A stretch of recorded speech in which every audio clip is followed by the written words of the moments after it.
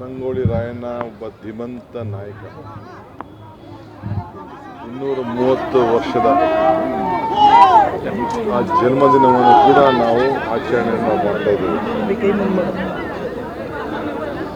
ಸ್ವಾತಂತ್ರ್ಯಕ್ಕೋಸ್ಕರ ಪೂರ್ವಭಾವಿಯಲ್ಲಿ ಕೂಡ ಸಂಗೊಳ್ಳಿ ರಾಯಣ್ಣ ಧೈರ್ಯ,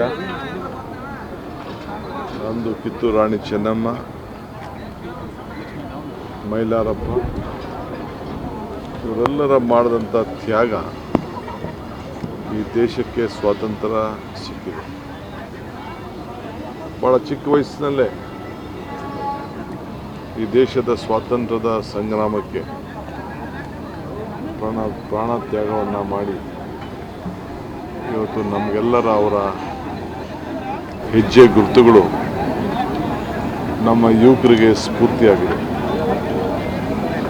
ಇಂಥ ಸಂದರ್ಭದಲ್ಲಿ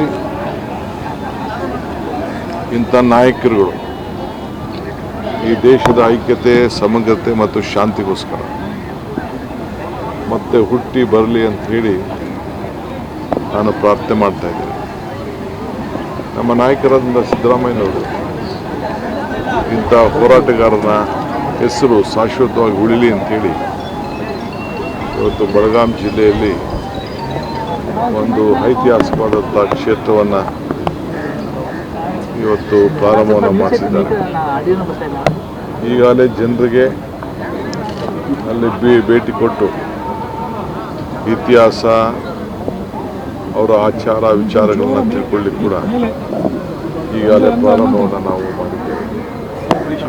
ಬೆಂಗಳೂರು ನಗರದ ಕೇಂದ್ರ ಭಾಗದಲ್ಲಿ ಈ ಗಾಂಧಿನಗರ ವಿಧಾನಸಭಾ ಕ್ಷೇತ್ರದಲ್ಲಿ ನಮ್ಮ ಮುಖಂಡರಾದಂಥ ನಮ್ಮ ದಿನೇಶ್ ಗುಂಡೂರಾವ್ರವರು ಕೂಡ ಹಿಂದೆ ಈ ಜಾಗವನ್ನು, ಇಂಥ ಒಂದು ಪವಿತ್ರವಾದಂಥ ಭೂಮಿಯನ್ನು, ಈ ಒಂದು ದೇಶದ ಭಕ್ತಿ, ದೇಶಕ್ಕೆ ತ್ಯಾಗದ ನಾಯಕರನ್ನು ಇಲ್ಲಿ ಈ ವೃತ್ತಕ್ಕೆ ಹೆಸರಿಡಬೇಕು ಅಂಥೇಳಿ ಏನು ನಮ್ಮ ಅನೇಕ ರೇವಣ್ಣವರು, ಹುಚ್ಚಪ್ಪನವರು ಇಂಥ ಅನೇಕ ಸ್ನೇಹಿತರುಗಳೆಲ್ಲ ಸೇರಿ ಹೆಜ್ಜೆ ಹಾಕಿದ್ರು, ಮುನ್ನಾಲೋಚನೆಯನ್ನು ಇಟ್ಕೊಂಡು ಪ್ರಸ್ತಾವನೆ ಮಾಡಿದ್ರು. ಅದಕ್ಕೂ ಕೂಡ ಹೊಕ್ಕದ್ದನ್ನು ನಾವು ಯಾರು ಕೂಡ ಮರೆಯೋದಕ್ಕೆ ಸಾಧ್ಯ ಇಲ್ಲ.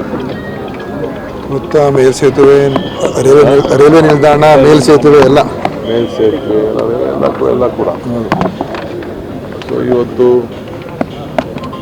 ಎಲ್ಲರಿಗೂ ಸ್ವರ್ಗ ಸಿಕ್ಕೇ ಸಿಗ್ತದೆ. ಆದರೆ ಇಂಥ ಶೌರ್ಯದ ಸ್ವರ್ಗ ಇದೆಯಲ್ಲ, ಈ ದೇಶದ ನಮ್ಮೆಲ್ಲ ಯುವಕರಿಗೆ ಪ್ರಮುಖವಾದಂಥ ವಿಚಾರ. ಶಿಕ್ಷಣ ಕೂಡ ನಮ್ಮ ಹಕ್ಕು ಅನ್ನೋದನ್ನು ಅವರು ಆವತ್ತಿನ ಕಾಲದಲ್ಲೇ ಪ್ರತಿಪಾದನೆಯನ್ನು ಮಾಡಿದ್ದನ್ನು ನಾವೆಲ್ಲ ಸ್ಮರಿಸ್ಕೋಬೇಕು. ಸೊ ದೇಶವನ್ನು ರಾಯಣ್ಣವರ ಹುಟ್ಟಿದ ದಿನ, ಸತ್ತದ ದಿನ ಇವೆರಡೂ ಕೂಡ ಈ ದೇಶದ ಇತಿಹಾಸ ಪುಟದಲ್ಲಿ ಸೇರಿಕೊಂಡಿದೆ.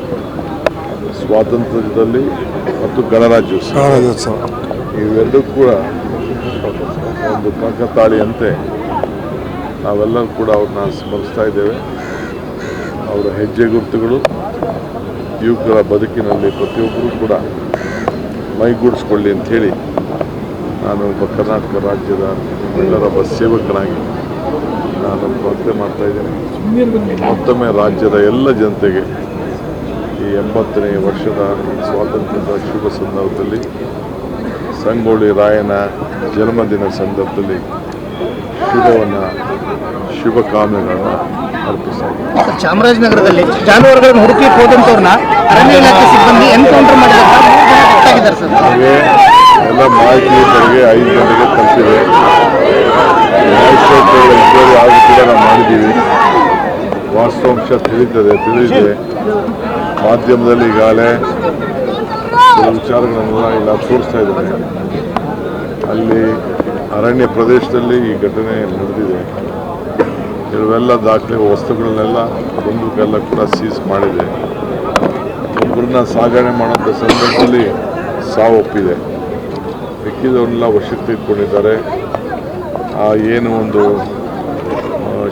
ಶರೀರಗಳನ್ನು ಕೂಡ ಇವತ್ತು ಪರಿಶೀಲನೆ ಕೂಡ ಎಲ್ಲ ನಡೀತಾ ಇದೆ. ಸೊ ಎಲ್ಲ ನಮ್ಮ ಮ್ಯಾಜಿಸ್ಟ್ರೇಟ್ ಅವರು ಎನ್ಕ್ವೈರಿ ಮಾಡಿದ ನಂತರ ಮಿಕ್ಕಿದ ವಿಚಾರ ರಾಜ್ಯದ ಜನತೆ ಗಮನವನ್ನು ಸೆಳೆದಿದೆ.